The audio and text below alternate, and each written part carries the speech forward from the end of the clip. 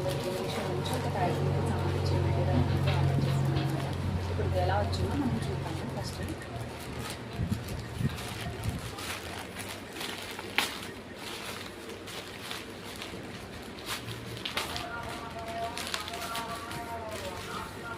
ఇంట్లో ఎన్ని సామాన్లు వచ్చాయో చూద్దామంటే ఫస్ట్ వచ్చేసి మనకి ఇవన్నీ కిట్లో వచ్చేసి మనకి ఇవన్నీ వస్తాయి.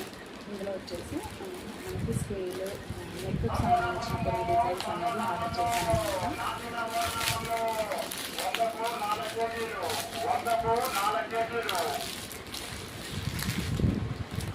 ఇందులో ఒక ఎల్ స్కేల్ వచ్చిందండి. ఎల్ స్కేల్ మనకి స్ట్రైట్గా రావడానికి యూజ్ చేస్తాను.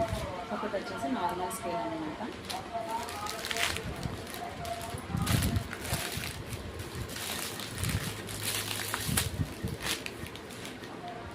ఇందులో వచ్చేసి మనకి ఏమేమి వచ్చాయో చూద్దాము. ఇది వచ్చేసి మనకి హ్యాండ్కి కర్వ్ తీస్తాం కదా,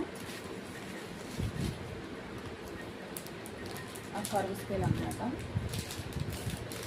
హ్యాండ్స్కి మనకి ఫ్రంట్ పార్ట్కి కర్వ్ తీస్తాం కదా, ఆ పార్ట్ అనమాట.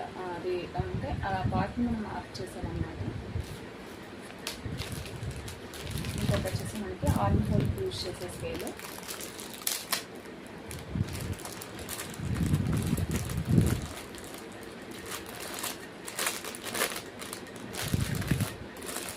ఇది వచ్చేసి మనకి ఆర్మ్ స్కేల్కి యూజ్ చేస్తామన్నమాట.